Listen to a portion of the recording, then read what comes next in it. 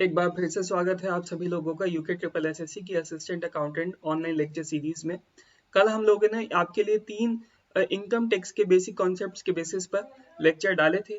I hope आपको पसंद आए होंगे। आज उसी क्रम में हम आपके लिए मल्टीपल चॉइस क्वेश्चंस लेकर आए हैं, तो चलिए शुरुआत करते हैं। सबसे पहला जो क्वेश्चन है वो है income tax act 1961 came into force with effect from. आपको ये बताना है कि इनकम टैक्स एक्ट 1961 कब आया था। देखिए, इनकम टैक्स एक्ट 1961 कहने में तो यहाँ पे साफ आपको जाहिर है कि 1961 यहाँ पर ईयर गिवन है, तो आप ऑप्शन में देखेंगे कि यहाँ पर 1961 कौन सा ऑप्शन है, वही आप आंसर लगा देंगे। लेकिन बच्चों ऐसा नहीं है। इनकम टैक्स एक्ट 1961 एक्चुअली में कब आया था? 1 अप्रैल 1962। ये जो अप्लाई हुआ था वो कौन से ईयर में हुआ था? 1962 में अप्लाई हुआ था। 1 April 1962 is the right answer of our first question. ठीक है, चलिए move on to next question. Dash is empowered to levy tax on agricultural income.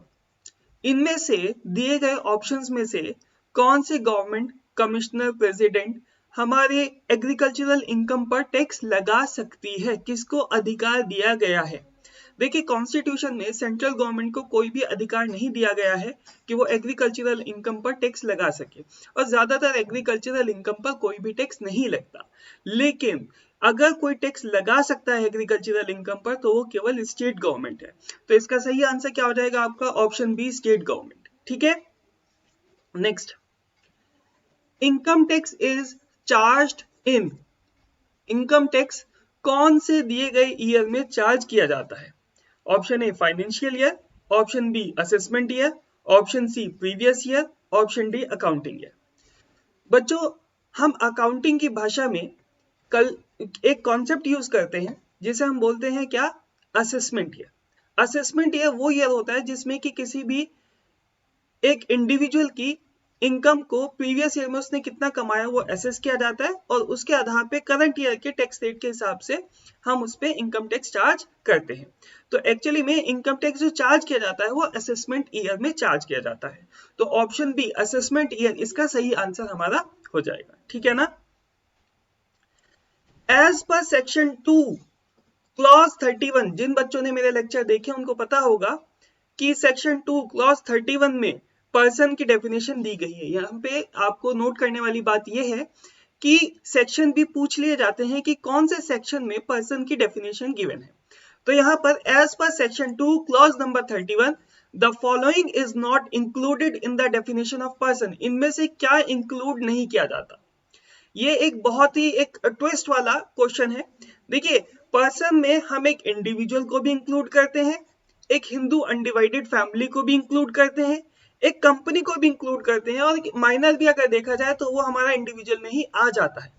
हो तो सारे ऑप्शन सकते हैं, लेकिन अगर हम बात करें क्लियर बिल्कुल हमें बिल्कुल क्लोजेस्ट आंसर की, तो सेक्शन 231 में क्लियरली 3 चीजों का जिक्र किया है। एक तो इंडिविजुअल, एक हिंदू अनडिवाइडेड फैमिली और एक कंपनी, लेकिन माइनर का कहीं भी अलग से जिक्र नहीं किया गया है। तो इसका सही आंसर हमारा क्या हो जाएगा? Option D minor is the right answer. ठीक है, नेक्स्ट।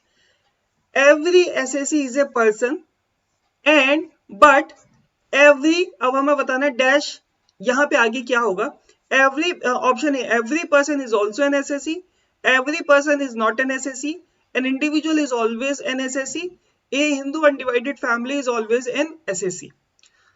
देखो बच्चों, ये एक फेमस कोटेशन है, यहाँ पे फेमस कोट है। यहाँ पे इन्होंने बोला every person, every SSC is a person. हर एक एसएससी एक पर्सन हो सकता है, लेकिन हर एक पर्सन एसएससी नहीं हो सकता। बिल्कुल सही बात है। अब हर एक पर्सन में कौन कौन से लोग आ सकते हैं? कुछ माइनर भी आ सकते हैं, कुछ ल्यूनेटिक भी आ सकते हैं, कुछ पर्सन ऑफ अनसाउंड माइंड भी आ सकते हैं। तो वो सारे के सारे एसएससी नहीं होते, क्योंकि उनकी कोई आय के जो आय के सोर्सेज हैं वो नहीं होती। इस वजह से यहाँ पे option B every person is not an SSC हमारा क्या हो जाएगा? सही आंसर हमारा हो जाएगा। Every person is not an SSC is our right answer. ठीक है, the year in which the income is earned is known as. वो ईयर जिसमें किसी इंडिविजुअल के द्वारा कोई भी इनकम या फिर आय कमाई जाती है, उस ईयर को क्या बोला जाता है? हमें ये बताना है यहाँ पर।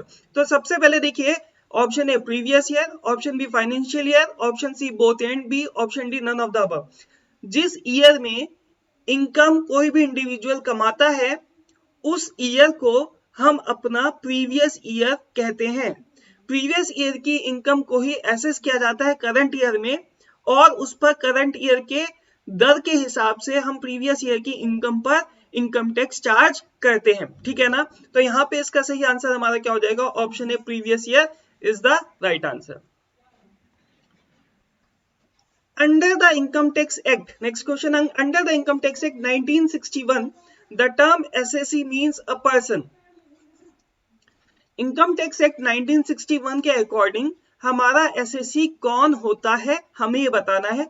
Who is an assessee in default, जो बंदा एसएससी इन डिफॉल्ट होता है। एसएससी इन डिफॉल्ट कल मैंने लेक्चर में भी बताया था, एसएससी इन डिफॉल्ट वो एसएससी होते हैं, वो इंडिविजुअल्स होते हैं जिनकी वजह से हमारे इनकम टैक्स डिपार्टमेंट को कुछ नुकसान हुआ हो। और वो नुकसान कब होगा, जब आईटीआर फॉर्म फिल अप करते समय आप अपनी कुछ इनकम की सोर्सेज को छुपाते हो, आप अपनी इनकम को कम दर्शाते हो, कम दिखाते हो, जिस वजह से इनकम टैक्स डिपार्टमेंट को नुकसान उठाना पड़ता है, तो वो एसएससी इन डिफॉल्ट कहलाते हैं। From home tax is due, option B, जिनसे टैक्स लेना हमें, टैक्स जिन पर ड्यू है। Against home any proceeding under the act has been taken, जिनके अगेंस्ट कोई असेसमेंट प्रोसीडिंग चल रही है, ये ऑल ऑफ द अबव। तो अगर हम देखें एसएससी ये सारे ही बंदे होते हैं। एक एसएससी वो भी होता है बेसिकली जो कि एसएससी इन डिफॉल्ट कहलाया जाता है। एसएससी वो भी होता है जिसपे कोई हमारा टैक्स ड्यू है, और एसएससी वो भी होता है जिसपे कोई असेसमेंट प्रोसीडिंग चल रही हो। तो इसका ऑप्शन क्या हो जाएगा, option D, all of the above is the right answer, ठीक है। अब देखिए यहाँ पे body of individual should consist of, body of individual यहाँ पर हमारा क्या कंसिस्ट करता है। बॉडी ऑफ इंडिविजुअल नाम से ही पता लग रहा है, इंडिविजुअल्स की बॉडी, इंडिविजुअल्स की बॉडी। तो यहाँ पे नॉन इंडिविजुअल्स की तो बात नहीं कर सकते, तो सबसे पहले तो both individual and non individual हमारा ऑप्शन कट हो जाएगा। पर्सन अदर देन इंडिविजुअल ये भी कट हो जाएगा। हमारा option A is the right answer, individual only इसका सही आंसर हमारा हो जाएगा। अब देखिए क्वेश्चन आपस में एक दूसरे से रिलेटेड होते हैं, इसीलिए थ्योरी पढ़ना बहुत जरूरी है। यहाँ पे देखिए क्वेश्चन 9 में क्या बोला है, section dash of the income tax act 1961 define the term person. कौन से सेक्शन में पर्सन की परिभाषा, डेफिनेशन गिवन है, हमें ये बताना है। तो यहाँ पे अभी हमने पिछला एक क्वेश्चन भी किया था कि सेक्शन 2 क्लॉज 31 में पर्सन में कौन कौन से लोग आते हैं। तो यहाँ पे देखिए सेक्शन 2 क्लॉज 31 में, वैसे मैं आंसर बता ही चुका हूं आप लोगों को, तो ऑप्शन भी देख लेते हैं एक बार। Option a 4, option b section 5, option c section 2 clause 31, option d 2 clause 32। इसका सही आंसर हमारा क्या हो जाएगा, option c 2 clause 31 is the right answer. बात आ गई समझ में। अब देखिए ये थोड़ा ट्विस्टेड टर्न वाले क्वेश्चन है, यहां से स्टार्ट हो रहे हैं।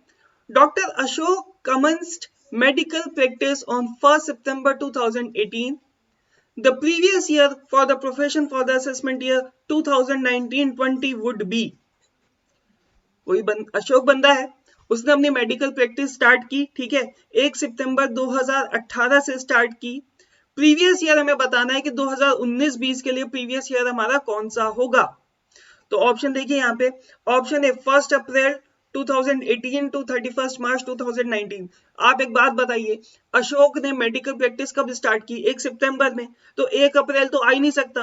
1 अप्रैल इसलिए नहीं आ सकता, तब तक कोई उसकी मेडिकल प्रैक्टिस स्टार्ट ही नहीं हुई थी, तो उसने कुछ कमाया भी नहीं था, ना कोई बिजनेस, ना कुछ अपनी मेडिकल प्रैक्टिस स्टार्ट की, तो कैसे उस पर कोई टैक्स लग सकता है, नहीं लग सकता। तो ऑप्शन है तो इनकरेक्ट हो जाएगा।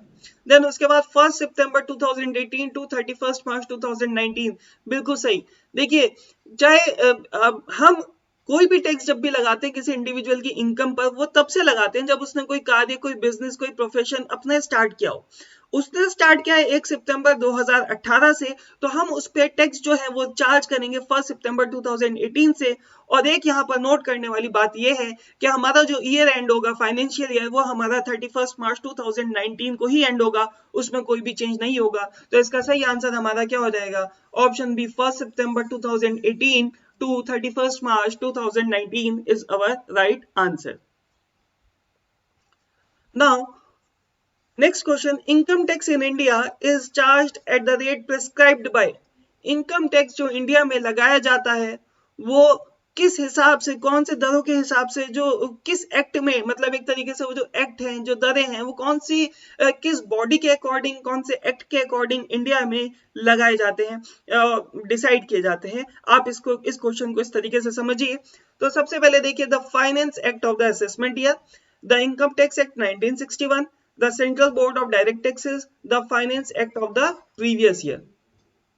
अब बच्चों मुझे एक बात बताओ, आप सभी लोग जानते हो कि हर साल हमारा बजट आता है और हर साल बजट में कुछ ना कुछ टैक्स रेट में चेंज होता है। ये जितने भी टैक्स रेट होते हैं ना, ये फाइनेंस मिनिस्ट्री के अंडर डिसाइड किए जाते हैं और इसके लिए एक फाइनेंस एक्ट में अगर कोई भी परिवर्तन करना हो तो आप फाइनेंस एक्ट में परिवर्तन करोगे। लेकिन जैसा मैंने बोला कि प्रीवियस ईयर की इनकम पे जो इनकम टैक्स रेट चार्ज करते हो, आप लोग इनकम टैक्स चार्ज करते हो, वो किस हिसाब से करोगे? करंट ईयर के असेसमेंट रेट के हिसाब से। तो यहाँ पर finance act of the assessment year, यहाँ पर इसका सही आंसर हो जाएगा। फाइनेंस एक्ट में परिवर्तन करोगे, दरों में जो चेंज करोगे वो फाइनेंस एक्ट में असेसमेंट ईयर के परिवर्तन करोगे, तो इसका सही आंसर क्या हो जाएगा? Finance act of the assessment year. Finance act of the assessment year is our right answer. Next, a new business was set up on 1st July 2018 and trading activity was commenced from 1st September 2018. The previous year would be the period commencing from।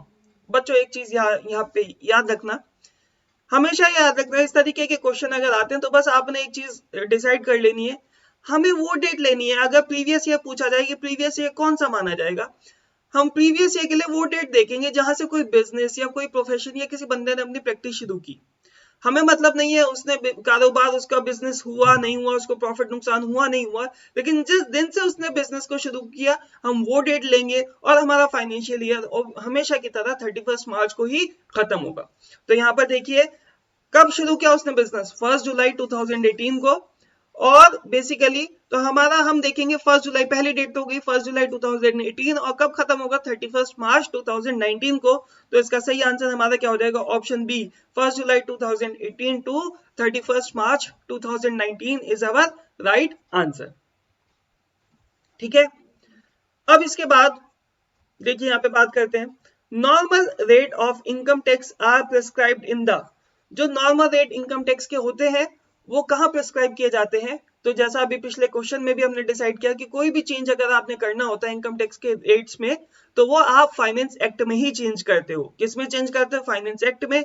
तो अगर हम बात करें तो यहाँ पे हम बात करेंगे option C, finance act of the current year is our right answer. इसमें हम finance act of the current year में चेंज करेंगे और जिसकी वजह से हम अलग अलग तरीके से इनकम टैक्स रेट लोगों पर चार्ज कर सकते हैं।